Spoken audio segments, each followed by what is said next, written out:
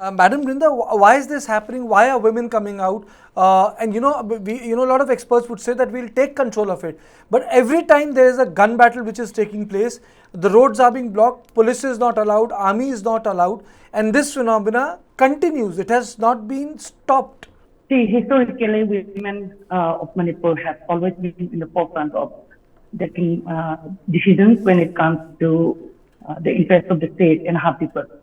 We have always been pre-independent also, post-independent also, that we have always been in the forefront, and it is them who have been guarding the interests of the people and her children. So now, why they are coming out in the front? State administration has totally collapsed. Law and order is totally not present. People are being killed from the Meitei community, and people are being killed from the Kuki community. And in this situation, people are being exposed to an unprecedented threat, unlike at no other time in the history of Manipur. So naturally, women who have been in the forefront will naturally come out, where they are blocking the security forces and the state police from entering, because they do not trust them, because there is ceasefire agreement between the militant groups on suspension operations and the government of India and the government of Manipur. Because of that, these security forces being deployed in the hills, they are not confronting these militants who are firing at the common people. So these women folks are coming out to protect their volunteers and the villagers who are defending themselves. It is the people who have been left to defend on their own, against these militants who are firing at them. It is the state which is not taking responsibility of what is taking place. That is why women are coming out on the forefront to take, defense, to put the state accountable and to guard their own people. Mr. Kipgen, how do you look at this? Women stopping security forces. Yes, in the earlier discussion we had, there also had mentioned how the Meira Paibi especially have always played a very powerful role, very significant role, not only within the Meitei society, but in Manipur as a whole. How at one point of time, they were the torchbearers of peace, but lately, maybe because of the indoctrination that they have had so strongly, they still believe, I'm sure they still believe they are doing the right thing. But now we are finding that it is very unfortunate, but we are finding that they are now obstructing movement of the armed forces, obstructing movement of the police. But what we can see from the way they are functioning right now is that it is not by their own decision that they are out in the streets, because the information or the decisions which they have taken that have been fed to them. Why? I am not just trying to accuse, but if you see the repercussions, if you see the consequences of their actions, it leads to the getting away of militants. It leads to the escaping of militants. Now, the narrative that they give is that they are there to protect their fellow revolutionary forces who are there to protect them. And I do not blame them. Obviously, this is the stand that they will be taking. But it shows that the Meitei women community, as much as they do not trust the state forces, they also do not trust the center forces. Now, as Sister Brinda had rightly said, instead of pointing out who the perpetrators and who the victims are on each side of the hill and the valley, it is a common blame.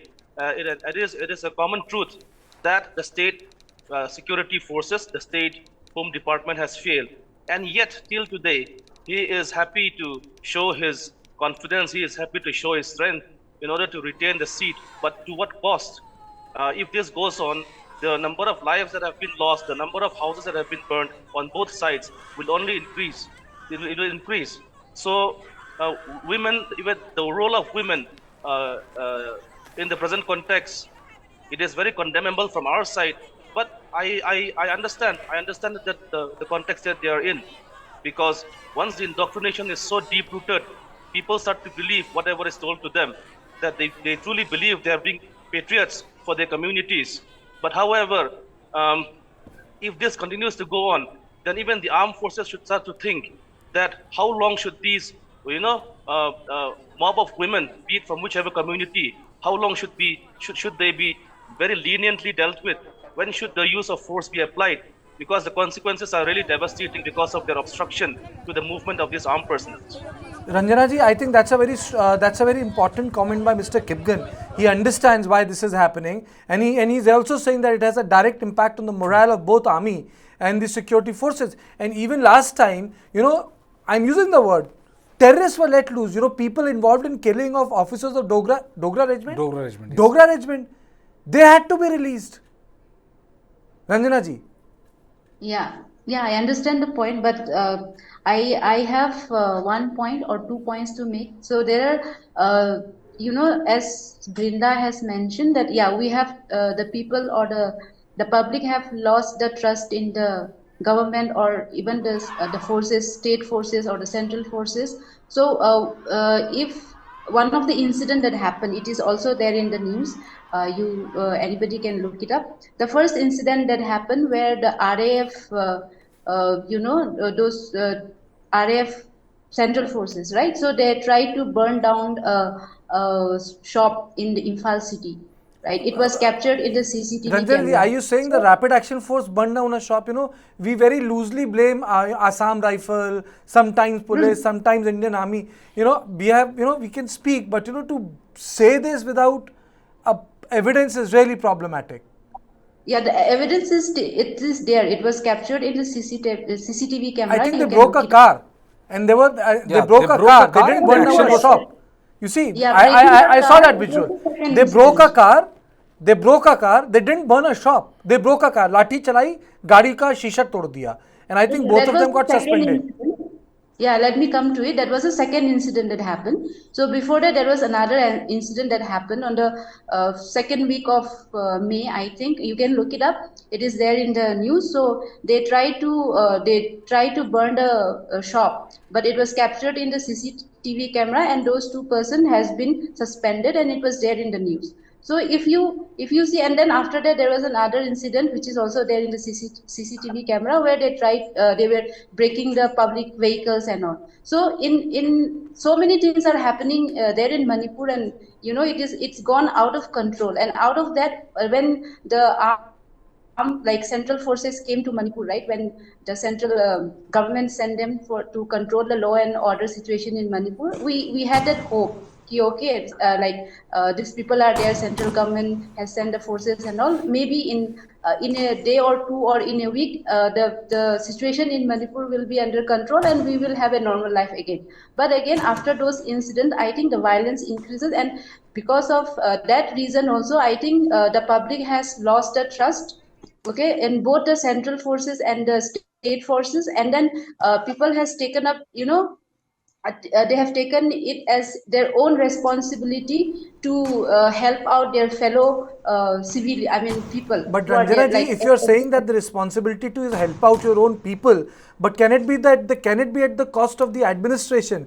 You are blocking the security movement. You are blocking operation of law, Ranjana ji. Yeah, correct. I agree to that. That is not the right way to deal with it. But in this situation, we should come out and talk and discuss what we can do about the current situation that's been happening in Manipur. I'm not telling that this is the right way, but people has been carried away with all the violence and so many things happening, and then it's like everybody are lost. Whoever is there in Manipur, they don't know. Even they are not able to, they don't have the right mindset to decide if this is right or wrong. It is like it's gone out of control. So the central government and the state government should really come up and do something about it. But how do you rein in? Honestly speaking, if I may ask you, how do you expect the central and the state government to do it, ma'am? When women folk are not allowing central paramilitary Absolutely. forces to do their job? How do you Absolutely. come to a situation I where think peace can be restored? And this is not limited to only you, but to people at large. How do you expect central forces I to think work? there is way to. I mean, we have enough time to.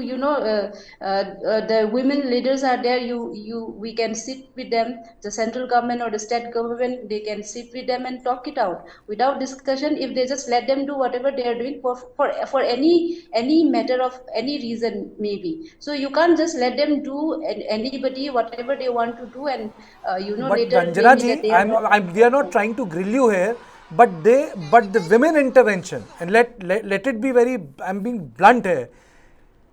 12 militants गए थे जिनमें से एक व्यक्ति ने Dogra regiment के जवानों को मारा था. They were forced to release. And usually, you don't see that kind of video being released by Indian Army. I mean, Indian Army was also... I mean to say, those who killed the men in olives were released. That is indefensible.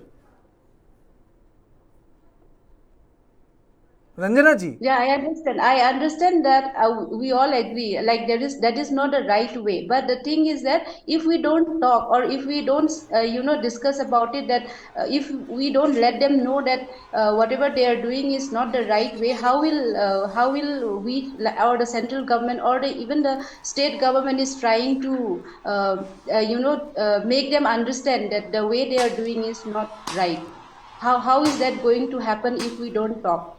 So Okay. it is very important that the state government held a meeting with all the leaders of the Meira Paibis or the women volunteers and sit and talk, and they can send out a message to the rest of the people.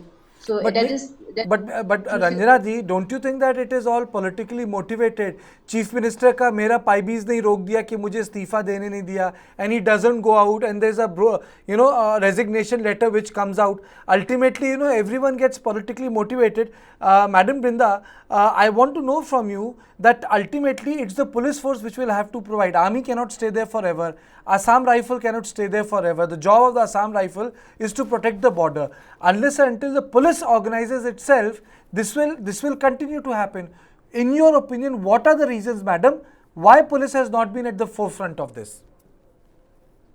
See, we are beating in the bush by discussing whether the central forces or the state force can control the situation in Manipur. It has to come from the top. We have to replace the leadership. For the last 60 days, he has failed to control the situation and put things in order. Are you saying Biren For the Singh? last 50 days, yes.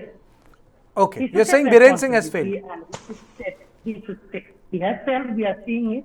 There is no refute to that. Nobody can challenge that. For the last 60 days, he and his government hasn't spoken a word that is satisfactory to the general public. For the last 60 days, he and his government haven't done a thing, taken up a step to show to the public of Manipur that they are doing something to control the situation. Nothing. So this last 60 days, all the casualties from all the communities are innocent victims. And the people are suffering on account of its nexus with the drug cartel and its involvement in the whole affair of this narco-terrorism. He should step down. His government should go and let there be president rule in the state. And if the government of Delhi, if it is will enough, they should conduct fresh elections and then we shall see. Madam, you are saying there should be president rule in the state. You are talking us live from Manipur. Let me tell you, we are trying our best to get voices from Manipur. Yesterday, we had Professor Oinam Bhagat from Manipur, who is a professor in JNU. Today, we have Madam Brinda from Manipur. We will continue to get these voices from Manipur for one simple reason, because our program is committed, and this is 63rd day, which is live coverage of Manipur, 2 hours every day on News9 Live. Madam, may I ask you, what is your ground assessment? You are there in Imphal, we are sitting in Delhi. Can you take us through what is happening in Manipur? It's an open question to you, madam. The ground situation in Manipur is that it has aggravated since the day it started, and the government is unstable. It cannot stand on its own feet when the law and order has collapsed in the state. There has to be an emergency or has to be involved.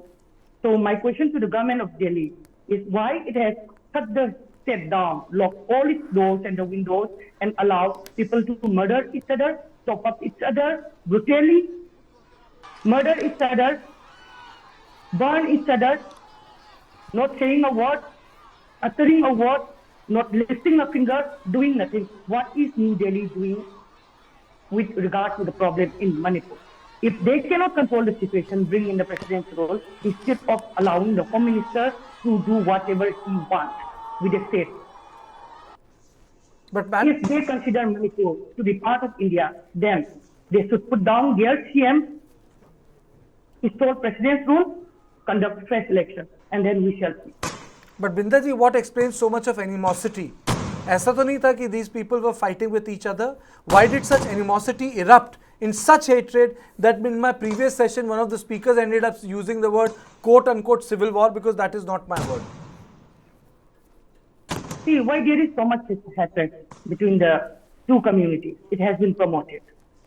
It has been promoted for the reason that on the 3rd of May, when the things erupted, the government of Manipur, could have controlled everything abruptly and right away, which it did not. So, as we all know, this thing started from narco-terrorism, from drugs, people being armed from drugs money and trying to balkanize the state, terrorizing the people. We all know the genesis. So, naturally, the government, because of its involvement in drugs, allows people to kill each other, deflect the issue from its responsibility, and turn it into an ethnic clash, which is the ugliest ever that has taken place in Manipur. Brijesh, do you agree? Well, I think, there has to be a degree of accountability, Karthikeyan. The fact is that, if you want to take side or not take side, if you assess the situation impartially and, with nothing but an attempt to seek out the truth, the reality is that, yes, it's almost 2 months. It's almost 2 months, but it's 2 months.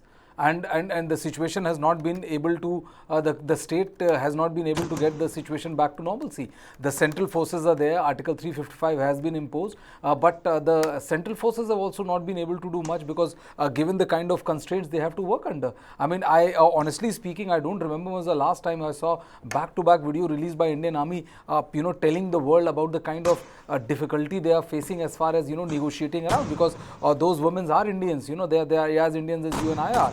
And the situation is that, with men folks around, you can still want to or may attempt to use force to disperse the crowd. With women folk, you can't do that. So every situation is, everybody is working with their, one hand tied on the back. And it does raise a very important question, that why has there been not that kind of effective crackdown as far as, people who are taking law and orders in their own hand. And most importantly, when you have an individual about which you have this diverse opinion, where people from both ethnicity, one ethnicity completely, which is Kuki, and several Meiteis also, having no hope or having no trust in them, then I think, it begs a bigger question as to, how long will you allow that person to be in charge? And more importantly, will the center crack down as was promised by the Home Minister?